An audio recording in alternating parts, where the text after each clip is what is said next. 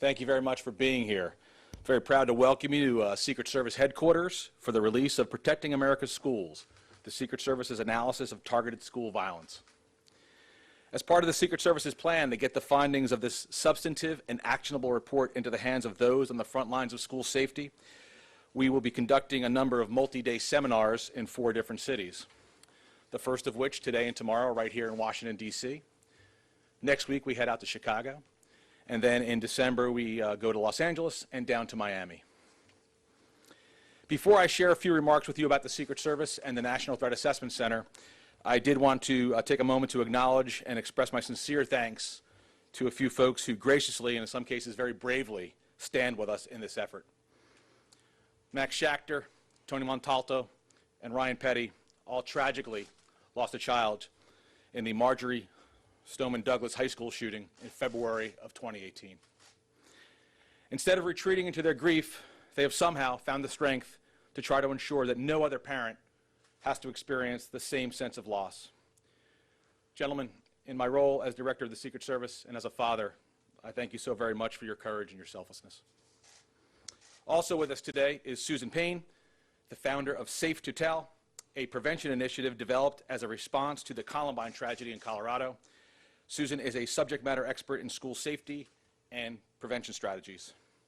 Also want to welcome Dr. Peter Langman, an expert on the psychology of school shooters and other perpetrators of mass violence. As the author of School Shooters and Why Kids Kill, Dr. Langman provides invaluable psychological insight into the minds of attackers. Of course, I also want to recognize our very own Dr. Lena Alathari, the chief of our National Threat Assessment Center. In that role, Lena brings to bear her considerable experience in mental health treatment, behavior analysis, and crisis intervention as she leads the Secret Service's Targeted Violence Behavioral Research Program. Thank you very much, Lena, and your entire team for your tireless efforts on this initiative.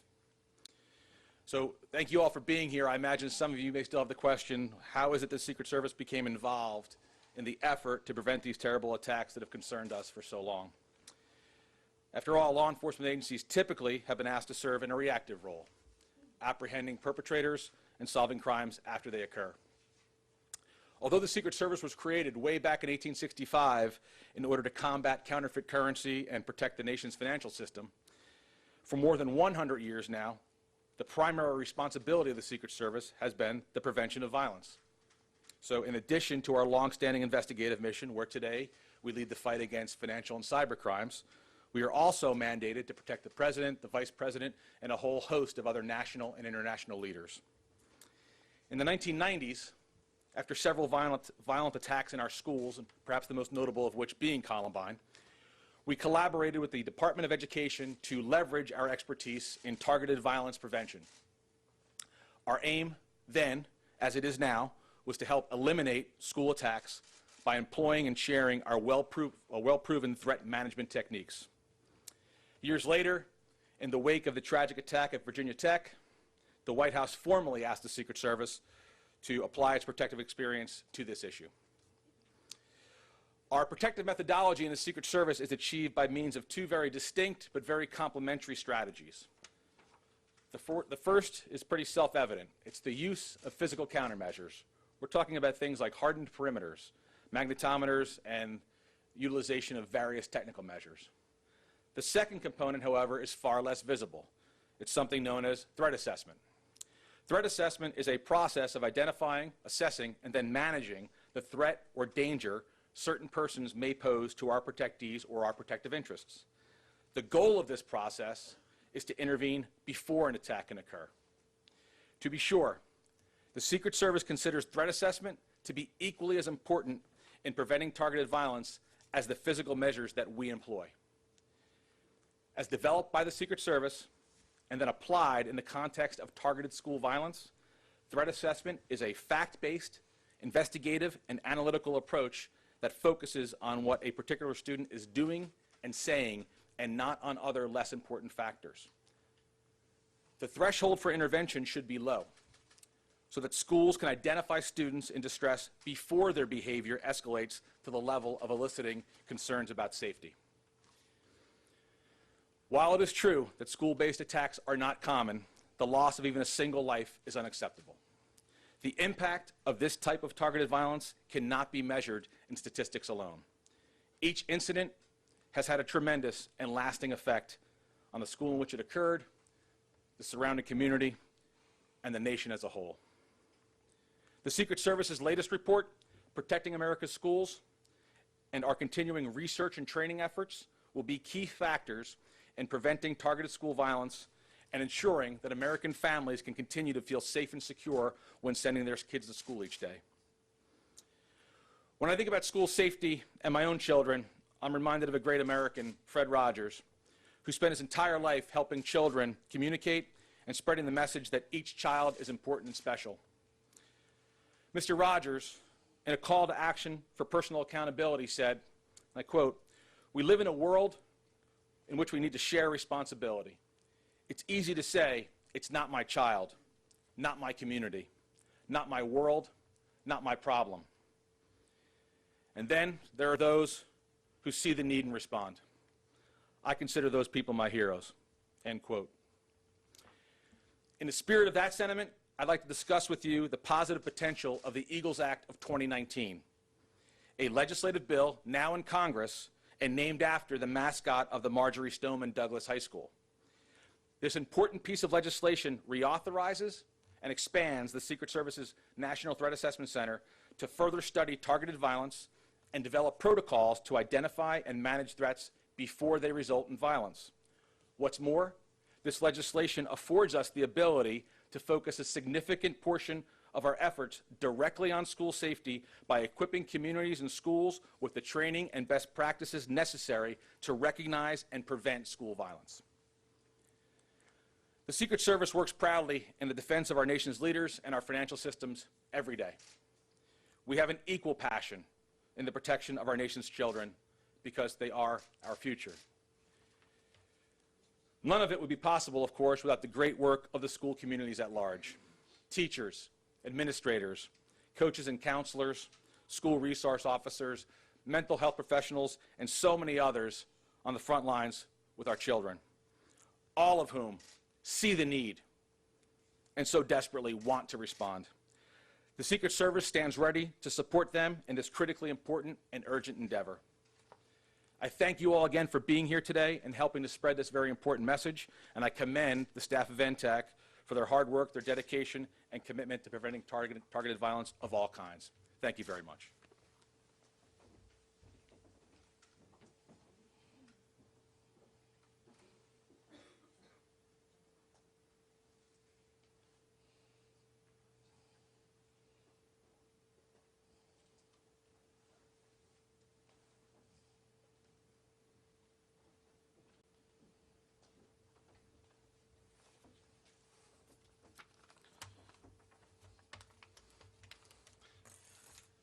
Good afternoon. I'm Tony Montalto, the president of Stand With Parkland, the National Association of Families for Safe Schools. Two of our founding members are here today, Ryan Petty and Max Schachter. Our organization was started following the school massacre in Parkland on Valentine's Day of 2018. The loss of our children, Gina Montalto, my bright and bubbly daughter, Elena Petty, Ryan's daughter, a vibrant young woman who was a friend to all, and Alex Schachter, Max's loving and musically talented son, was devastating to all our families, and we miss them terribly every day. Together with the families of the other victims who lost their precious children and spouses, we set out to make America's schools safer by looking at the issues surrounding school safety in a more inclusive and holistic manner. Our focus is on three areas: securing the school campus, better mental health screening and support programs, and responsible firearms ownership. This country must make significant changes if we hope to protect our students and teachers at school. Our nation must learn that the best way to stop a school shooting is to prevent it. That is why we are proud to join the U.S. Secret Service and the National Threat Assessment Center, known as NTAC, as they roll out this new report, Protecting America's Schools, a U.S. Secret Service analysis of targeted violence. This report details the how and the why of previous targeted attacks. It points to a path that is the best way to make our schools safer and prevent a tragedy like we saw in Parkland. Part of that path is a comprehensive threat assessment and management as a follow-up. The U.S. Secret Service has championed prevention more than any other federal agency. This new report builds on over 20 years of study at NTAC. They have used a unique blend of operationally relevant and behavior-based research as they connect the data from past attacks and develop guidelines to aid in preventing future tragedy. To quote the report, "It is critical that student threat assessments be multidisciplinary and focused on providing robust interventions to students assessed as posing any level of risk to themselves or others." In the dark days following the murder of our children, when Ryan began his search for answers, it was then that he discovered NTAC and their mission to prevent targeted attacks. He was immediately drawn to what he learned and deeply saddened that no one had used the insights to prevent the attack that killed our children. As Max began his mission to make our nation's schools safer, he networked with many others who shared that goal. He heard about NTAC and its mission from Susan Payne at Safe to Tell. He was then amazed by Dr. Alathari when she testified before the commission investigating the Parkland tragedy. As for myself, I was fortunate enough to attend a presentation regarding NTAC earlier this year. I quickly came to the realization that had the tools developed by NTAC been used properly, my lovely daughter and 16 other wonderful souls taken in the Parkland massacre might still be here today. Our entire community would be whole instead of forever shaken. We have come to Washington many times to speak with our elected leaders about a need for change. In March of 2018, we met with Senator Grassley, then the chairman of the Senate Judiciary Committee, who had introduced the Eagles Act, as we heard, named after the mascot at Stoneman Douglas High School.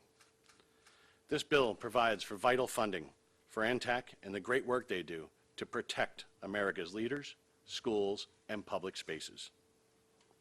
Before you read this report, we ask that you remember the one thing that all the communities in this study had in common, and that was a shared belief that it could not happen to them.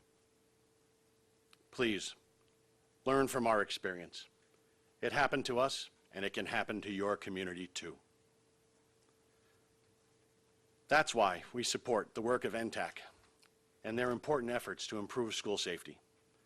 That's why we call on Congress to unite and support the Eagles Act.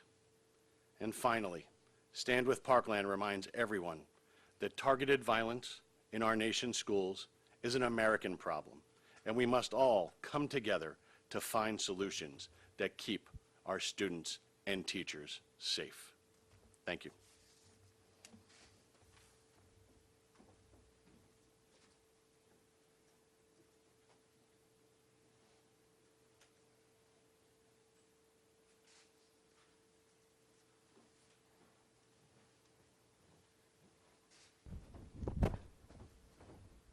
Good afternoon.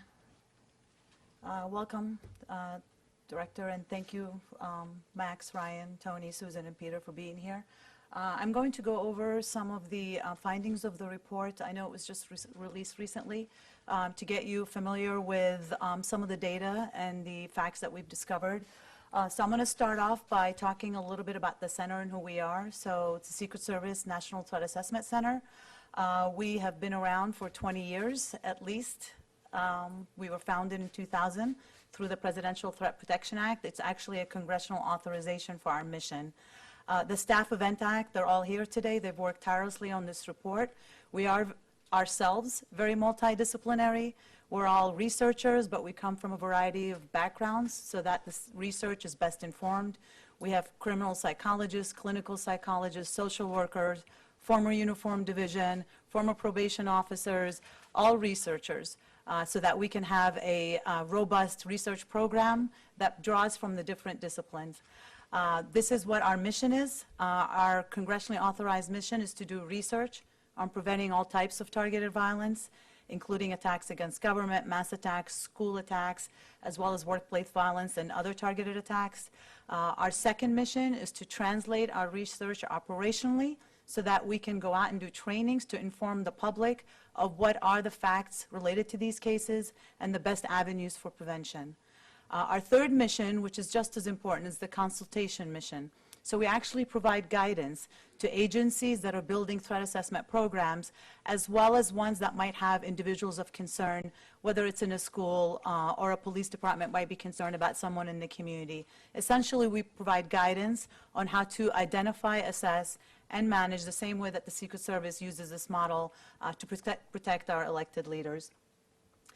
These are some of the reports that we've published. I'm not going to go into them in detail. They're all publicly available on the secretservice.gov website. As you see, we have a variety of different types of research studies. We've been doing an annual report on mass attacks, looking at areas and interventions from a threat assessment perspective on how to prevent them. Last year, we released a school safety guide, which I'll talk about. That guide was mass-produced and shipped to 40,000 schools nationwide, and it provides actionable steps that schools can take to prevent attacks. What I'm going to talk about today is protecting America's school. We started this research study about a year and a half ago, maybe more than that. It was actually, we started planning the study February 15th, 2018. And we finished it this week, and this is the rollout that we're doing today. The study examined 41 targeted attacks of school violence in which a current student or a recently former student who had been within the school system for the last year carried out an intentional attack against the school in which at least one school member was injured, whether it's a student, a staff, or someone else at the school. Most of these attacks occurred, all of these attacks occurred on school property. There was one that was after hours, but it was actually a prom that was being held at the school. The reason this is a most comprehensive, in-depth study of school attacks is because that through our network of Secret Service field offices around the country and our law enforcement partners, we were able to get all the police records, investigative files, sort of the non-public records on these attacks. So we really had a lot of robust information for each incident that we identified as part of this project. We did an in-depth dive, as we usually do in all of our reports. We look at the backgrounds of the offenders, as much information, basically, essentially, retracing their life up until the moment of attack, so we can identify behavior, circumstances, and other triggers that may have led them to consider violence as an option. In addition to the backgrounds, we always look at the tactics, the methods, school security implications. You will see that in the report in terms of looking at the school characteristics, what security measures they had in place, the ratio of student to teachers, and so on. We look at the tactics that the attackers used, whether there was any planning, and I'll talk a little bit about some of the deep dive elements. These are just some of the variables that we looked at. There are many more in the report, but this is just to highlight some of the findings. On average, the school attacker age was 15, so they varied. The youngest was 12, the oldest was 18. You can tell that the majority were male. There were 34 males, but however, we also had 7 females that carried out an act of targeted school violence. You can see that the age of the attacker also, the grade level of the attacker also varied. There really is no sort of accurate or useful profile as to the type of students because they are from different grades, different age groups, and different backgrounds and different factors in their backgrounds. However, we do identify commonalities in their behaviors and circumstances that we can use to prevent these types of incidents, and this is what we will be focused on for the remainder of talking about the backgrounds of the offenders. Most of the attackers used firearms, so there were, you can see the percentage there. There were 16 incidents that were bladed weapons.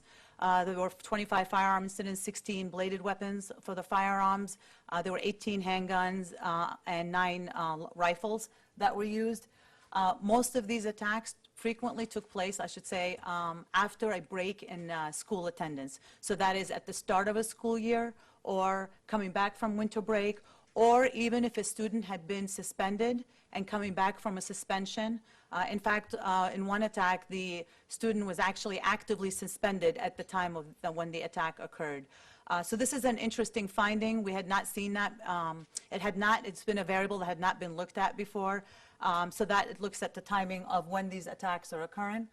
As we see in all of our research, this is not a surprising finding. The majority of these attacks end in under 2 minutes.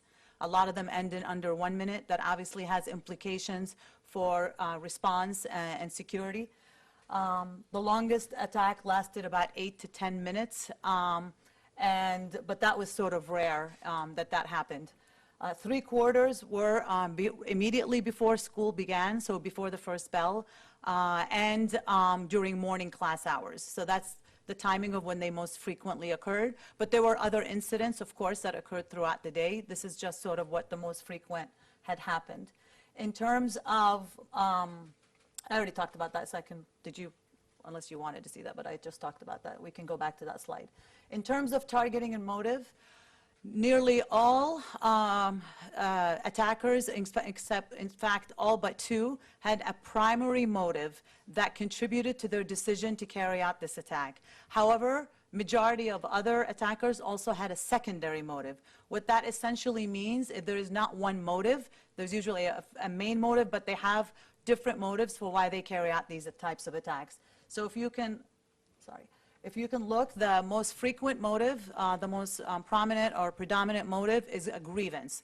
And that grievance is usually with a peer at the school. It's with a staff member at the school. It could be due to a romantic relationship, for example, a breakup, or it was related to some personal issue.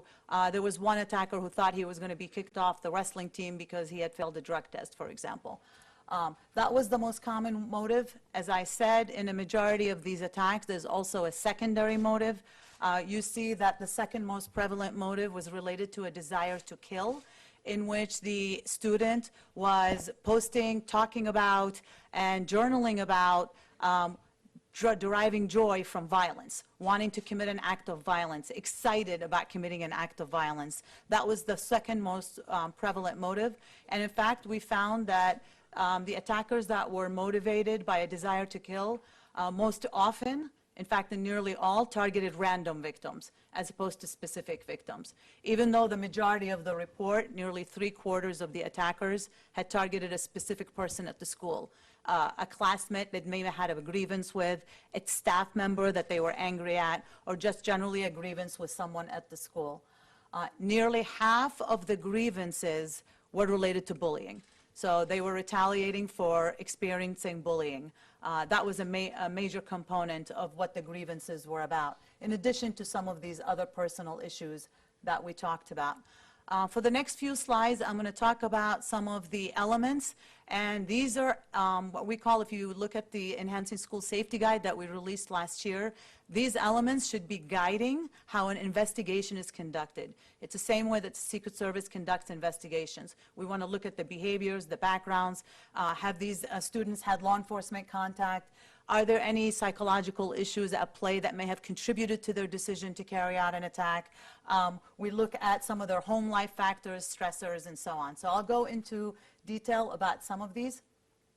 In terms of the mental health findings, we divided sort of the symptoms that we found in these records into 3 main categories: psychological, behavioral, and neurodevelopmental. The most frequent combination of symptoms to occur together were psychological and behavioral. The most common psychological symptoms that you will see in the report are depressive symptoms and suicidal ideation. In terms of the behavioral symptoms, this usually ranged from having defiance with authority, misconduct, poor impulse control, usually symptoms that are associated with behavioral or conduct issues.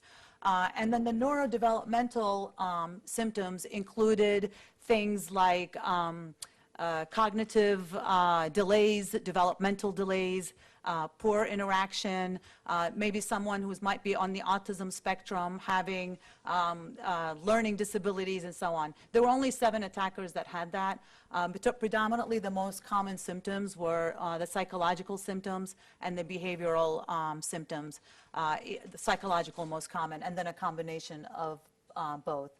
Half of the attackers had a history of substance use that bordered to the, at times, bordered to the point of abuse, in which it caused significant negative impacts in their lives, whether it was legal problems, disciplinary actions at school, or other detrimental effects. The most commonly found substances that were used and abused by these attackers were alcohol and marijuana. However, we did also find that several attackers had used amphetamines and other controlled substances, abused over-the-counter medication.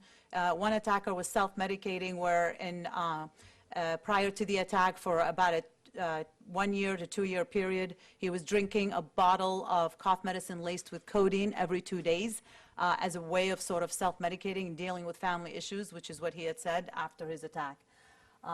Other things that we were looking at, and this is an in-depth variable that actually had not been looked at in such detail before. A lot of these variables that we identified, we categorized along several factors. So home life factors was a pretty significant variable, and it's usually not just one. On average, these attackers experienced more than one of these home life factors, and all but 2 of the attackers experienced at least one. And these are included family issues in the home. Looking at financial difficulty that the parents were experiencing, maybe divorce and separation. The parents may have been incarcerated, or another family member may have been incarcerated or have legal charges against them, substance abuse issues, mental health issues, and so on. So these are some of the home life factors. There's a lot more detail in the Protecting America's School report that was released today. We also found a significant impact of stressors on these students. Every single attacker had experienced stressors leading up to their attack. The report actually details how the timeline of when these stressors occurred. Some date back years. A majority of them had maybe 2 days prior to the attack. Every single attacker experienced a social stressor, and a social stressor was usually related to peers and social situations, whether it was romantic, bullying, conflict with peers, interpersonal conflicts with other classmates, and so on. So that was the most common stressor. Nearly all within 6 months, as we said, 3/4 within 1 month, half within 2. Attackers usually experience at least 2 of these 8 categories of stressors.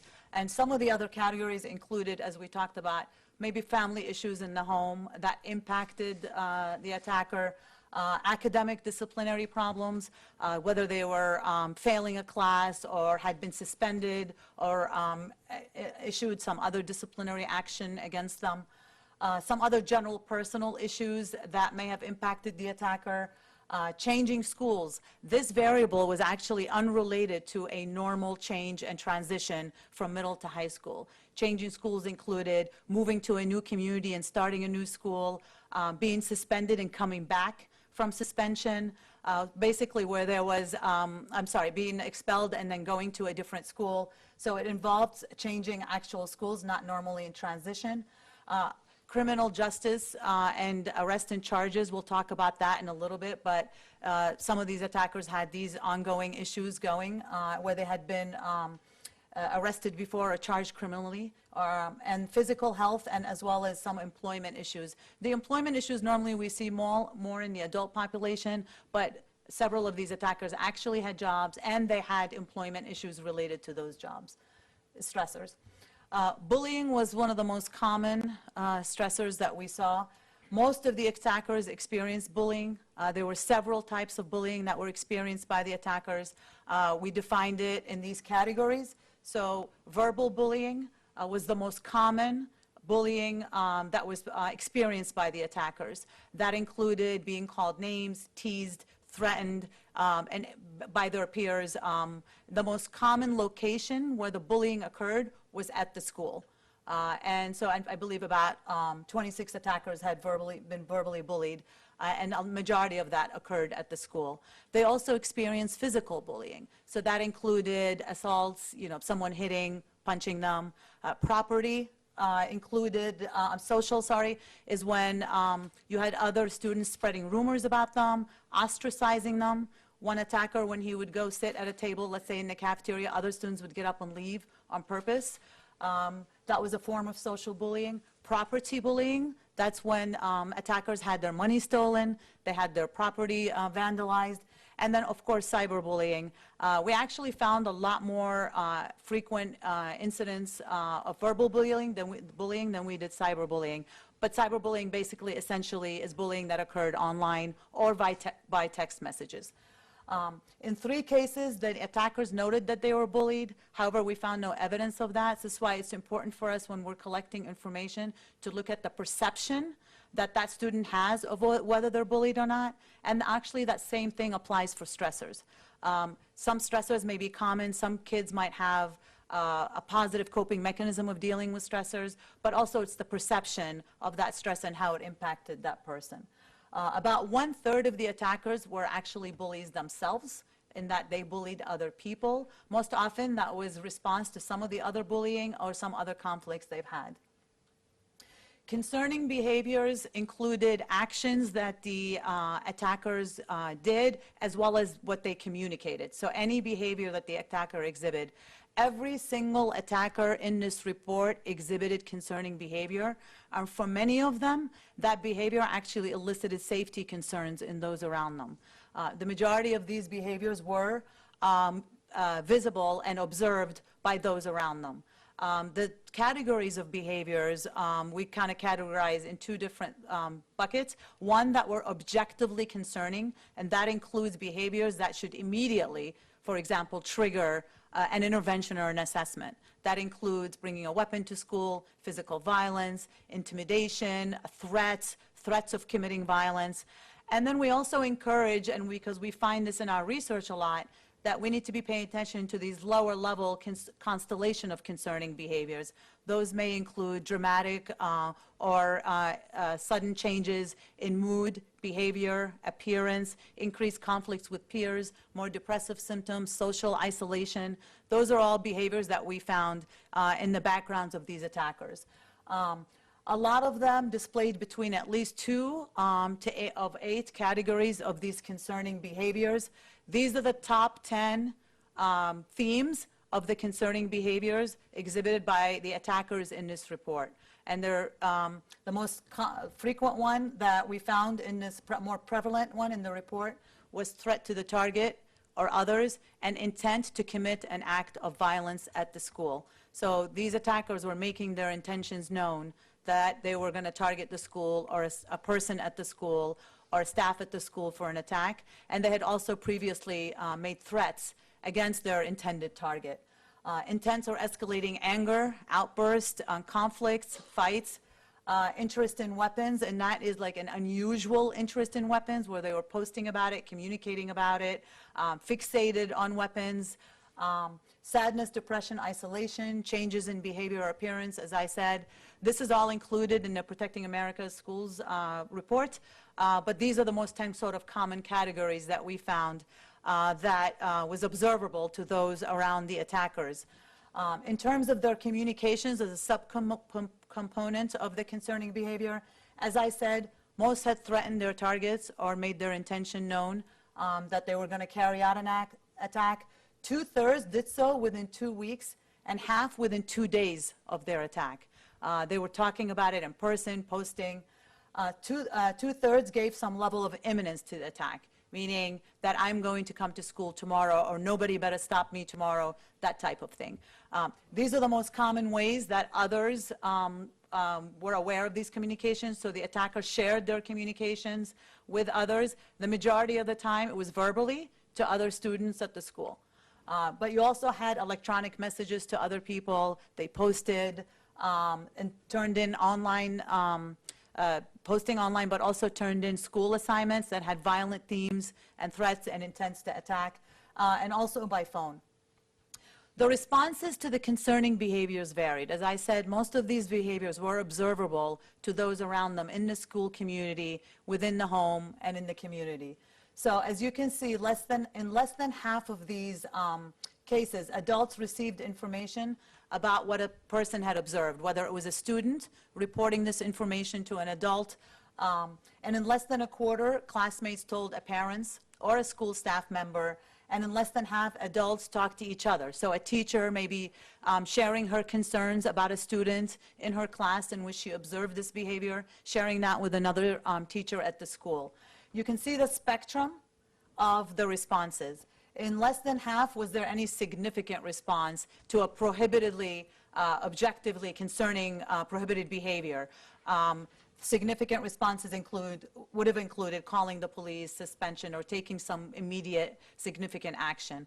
These are the various, so it ranged from no response to a particular concerning behavior that an attacker may have exhibited, to avoiding the person actively because of their concern about their behavior, students talking to other students about their concern, someone actually approaching the attacker and engaging them to ask about this concerning behavior, peers talking to adults, so the student would be talking to adult, all the way up to significant responses such as a suspension or taking other drastic measures to make sure that that person is, there's an intervention for that particular behavior. These are some of the reasons we looked at as to why maybe those around the individual did not respond immediately, especially if there was a threat of conducting a school attack or a threat against another peer at the school or talking about weapons or posting about it, or even the lower level threshold constellation of concerning behaviors. Some of them thought they were joking and that it was not, or that it was the usual. He always talks about these kind of things, that type of thing, or she always mentions these things. They believe that they helped the person. So in some cases, let's say the attacker is exhibiting depressed behavior or suicidal symptoms, the person, a student or a teacher or someone approaches them, they think that they've actually helped them, and then that person maybe is better and is no longer concerning, so sort of misjudging that effect of the intervention, intended to try, but the attack happened before they could, so they wanted to intervene in the concerning behavior, but it was too late because the attack had already happened. They did not think it would happen at the school, so they thought, okay, well, he's talking about violence, but I don't think he would actually ever come and do it at the school, or she would do that. Or they assumed that an administrator who knew would take action, so sort of that who's responsible for acting on this information. In terms of implications for the study, a lot of these findings that we wrote about and outlined in Protecting America's Schools really have a lot of implications for community safety efforts. So they are outlined in the report, but I'll go through some of them. As I said, attackers usually had multiple motives. It was never just one motive. Most often it was related to grievances, and most of the grievances were, majority of the grievances most often were related to bullying. Most attackers had used firearms in the past. They'd had, for example, training, interest in them for things that may not be indicative of violence, for example, being with ROTC, going hunting and shooting, and so on. So most of them had used weapons before, and most attackers used firearms in the report, and they most often were able to secure those firearms, acquire those firearms from the home. In a lot of those cases, the firearm was not secured or not secured in a meaningful way. Most had experienced, as I said, psychological symptoms. It's important to note, however, that a lot of times signs and symptoms that may be indicative of psychological, or showing that a psychological symptom may not be really as a result of a psychiatric disorder. It could be part of the underlying situational factors that these kids are experiencing. For example, stressors in the home that may make them depressed or may make them suicidal. So because they had these symptoms that we collected information on these observable behaviors, didn't necessarily indicate that this was a symptom of a diagnosed problem. Although I think about 40% of the attackers had actually received mental health treatment in the study. Half of the attackers had interest in violent topics, and that is a unusual interest, persistent. They posted about, for example, the Columbine attacks. They posted about other school shootings. They posted themes. They turned in assignments. They talked about it to those around them. All attackers had experienced social stressors, and as I said, nearly every attacker experienced some negative home life factor in their experiences growing up. Most were victims of bullying, had history of school disciplinary actions, and many had prior contact with law enforcement, that is actually an unusual finding from previous research, is that half, I believe, had a history of violence, and many had contact with law enforcement as a result of maybe arrest, criminal charges, but also there were others who had contact with law enforcement because law enforcement may have been called out to the home for an unrelated issue. All attackers exhibited concerning behavior, as we said, and most elicited concern about their communications and their behaviors. So what does this mean for the next steps, and what can the community do with with the findings in this report?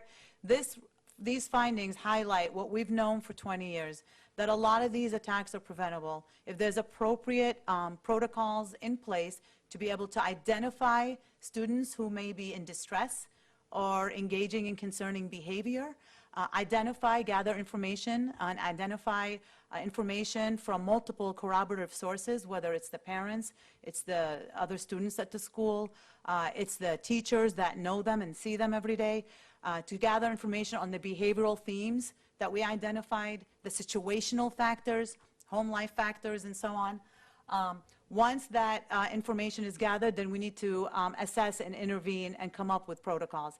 If we had a multidisciplinary, comprehensive threat assessment program in place that starts as outlined in the Enhancing School Safety Guide that the Secret Service released last July, we will know that we need to provide these schools with actionable steps, such as establishing multidisciplinary, highly trained team members, defining the concerning behaviors and the prohibited behaviors in the target violence prevention plans that are enacted in schools, making sure that there's a reporting mechanism where kids are empowered to report, teachers can report this information, and doing training on that so people know what to look for, how to report information, how to identify intervention points, determining a threshold of when to have law enforcement involved. Law enforcement is not going to be involved in every assessment at the school, but there are instances where they can help and they should be involved, especially if there's an imminent risk of safety. And implementing procedures that outline the protocols that school personnel who are tasked with conducting the threat assessment to carry out a comprehensive assessment to make sure that a situation is not prone to violence. So thank you, and I take Kathy. Thank you, Dr. Alathari. We'll now proceed to the Q&A portion. So I've got a microphone here. If you will just identify your name and your outlet, and Dr. Alathari is happy to answer any questions on the National Threat Assessment Center, the report, and any of the findings. So.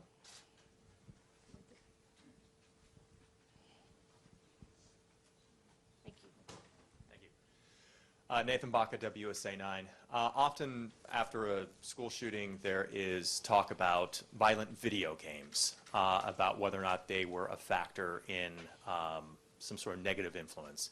Did your study look into these video games, and if so, what did it find? So as I said earlier about the variable and looking at interest in violence, we did find that many of these attackers had interest in violence, not necessarily just video games, so it wasn't isolated to just that. They viewed graphic media, they viewed documentaries, they looked at movies, they read books about with violent interest, so not necessarily isolated to just video games, but graphic video internet content. We did see that in the background of these attackers in terms of their fixated and interest in violence.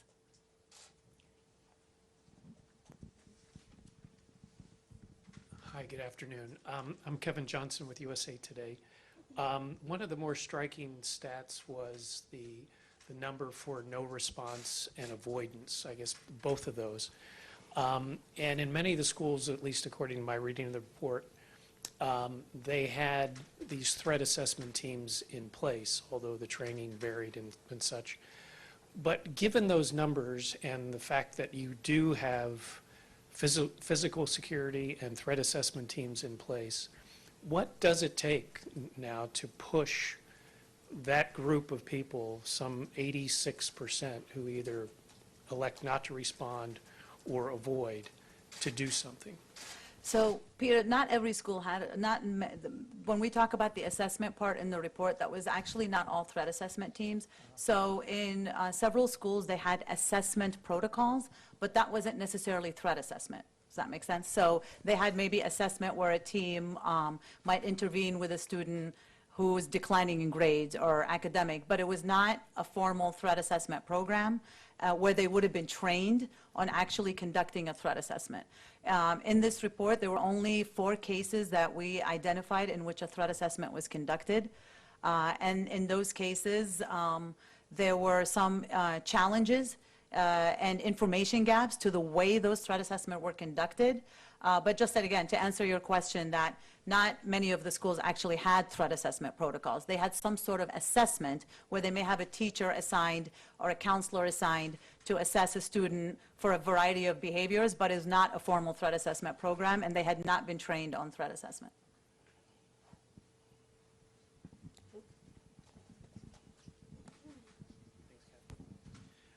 Luke Barr with ABC News. The report talks about the fact that external police response haven't stopped any of these incidents. Does the report sort of indicate a shift in law enforcement from prevention to a response to a prevention model? So when we're at training, so we do a lot of training for law enforcement, and as you said in the report, not one single attack was stopped by a responding law enforcement officer. In fact, the 6 incidents, 6 of the attacks, there was a law enforcement response that stopped them. 5 of those were SROs that were already at the school. The 6th incident was by a local police officer, but he was actually at the school doing drug sweeps at the prom. And that's why he was there. So not one attack, and that was a pretty crucial finding, that not one attack was stopped by responding law enforcement. But if you look at how fast these incidents happen, the majority of these incidents ended in under 2 minutes. So it would be practically impossible for a responding police to respond and end that incident. In terms of the shift now, as you said, in thinking, this is why we at the Secret Service really advocate threat assessment and prevention as a best practice. Last July, we released a report on mass attacks, and we held an event in D.C. For over 600 state and local law enforcement and others. And one of the main comments that we got after was that there needs to be a shift. I got these comments from police officers where they wanted to be able to sort of shift their thinking and know that they can go out on a case that rises more than just a criminal, because they really want to make sure that people in the community, the general public, know that they can turn to them if they're concerned about someone in the community that may not even rise to the level of a criminal act.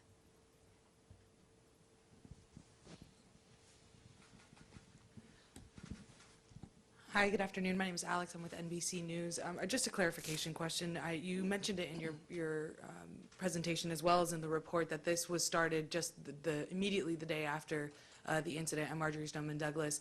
Was there something specifically about that incident that triggered this report, or was it something that it had been, a certain amount of time had gone through and it was time for the next one? So we have a research agenda that's usually set a few years ahead of time, as you've seen by the variety of the reports that the Secret Service NTAC releases. So we've done attacks against federal government. We were doing the mass attacks report. We did want to provide updated research, training, and guidance. We just sort of moved that kind of shifted around and did that report next while we were still doing the mass attacks report. We just wanted to make sure that as much as possible we were responding fast.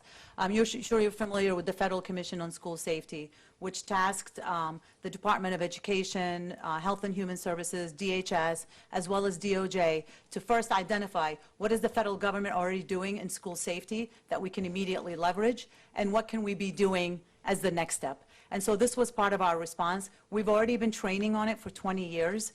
To date, as the Secret Service Director mentioned, we've trained over 100,000 personnel across the country to provide threat assessment best practices for school personnel, which includes counselors, mental health professionals, local law enforcement as well. And so this updated research was our way of responding immediately, in addition to putting out a school safety guide. Hi there, Natalie Brand with CBS News Path. Given the issue you found with reporting concerning behavior, what is your message to teachers, parents, and students? Our message is, our Secret Service objective is one. We want to give you the facts, we want to make sure you're provided the training, and we want you to feel empowered to come forward with the information. Prevention is everyone's responsibility. It is not just on law enforcement alone. It's not just on schools alone. We all have a stake in that.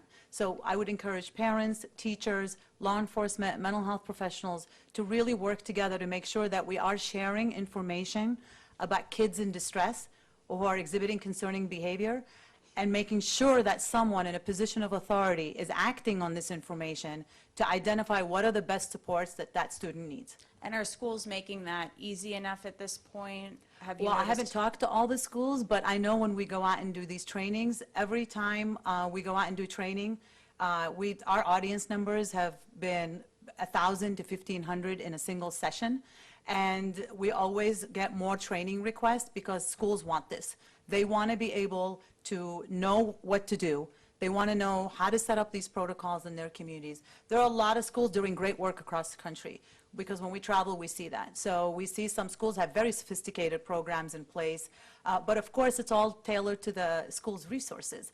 So this is why we released the school safety guide. That Secret Service guide really is scalable. So we tell the communities, this is the best practice, this is the very minimum we need to be doing, these are the standards, this is what you should be looking for, but you have to scale it to your resources and what you have available and the challenges that the school may have in that particular community.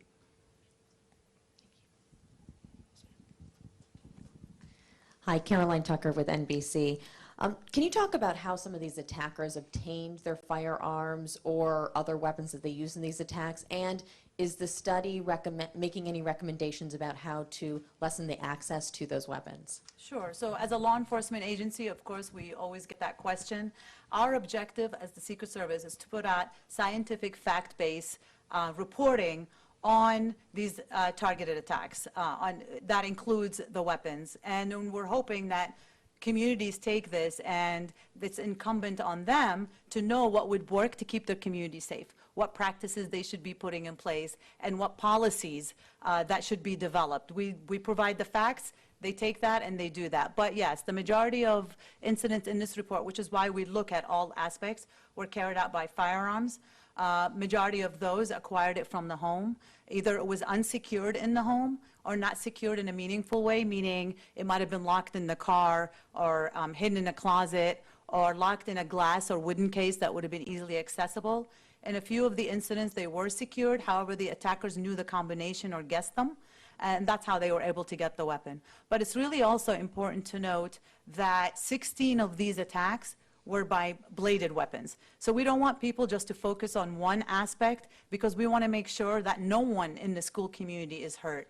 The incident with the highest casualties in this report, and there were 19 kids and a staff member injured because a student brought a bladed weapon and slashed at them, and slashed 19 individuals at the school. So weapons really is about, if you are concerned about a student in the school, then looking at what is their access to weapons is important. Talking to the parents about their being aware that, you know, a lot of kids, you think your weapon is secured, but a lot of kids are very resourceful, and we saw that in this report. So it's really about providing facts so that the community can take it and do the policies and the training that they need to keep their communities safe. We're going to take one more question.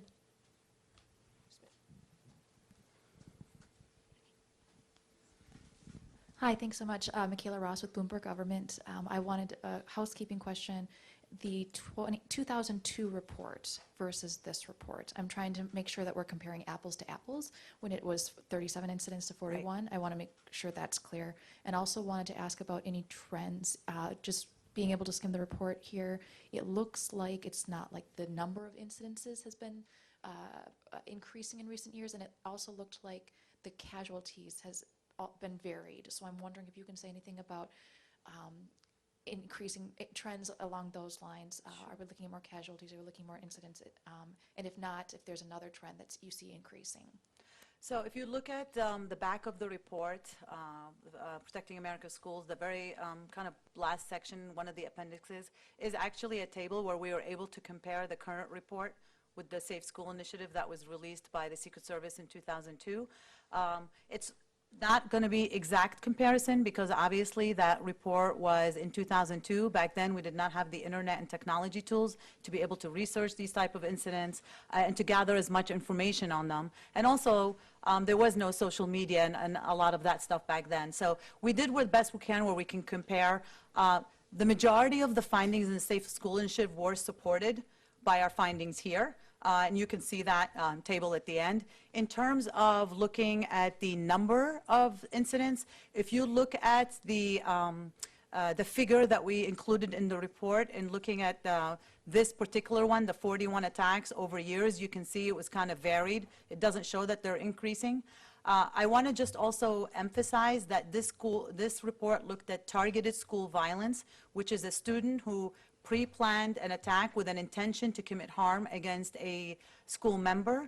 The report ran between 2008 and 2017. Because we started in early 2018, we cut off at 2017. And the reason that I wanted to highlight some of those figures is because there's a lot of data out there about school attacks or school shootings as some databases report them. We were particular because we wanted to find out facts that schools can use to prevent a current or recently former student from carrying out an attack. So it's unrelated to for another criminal nexus that might have impacted the school, gang violence, spontaneous violence, and so on. So that's why the numbers are not always equally comparable, and ours are specific 41. And in terms of targeted violence, you can see that that has been inconsistent over the years. It has not been steadily increasing.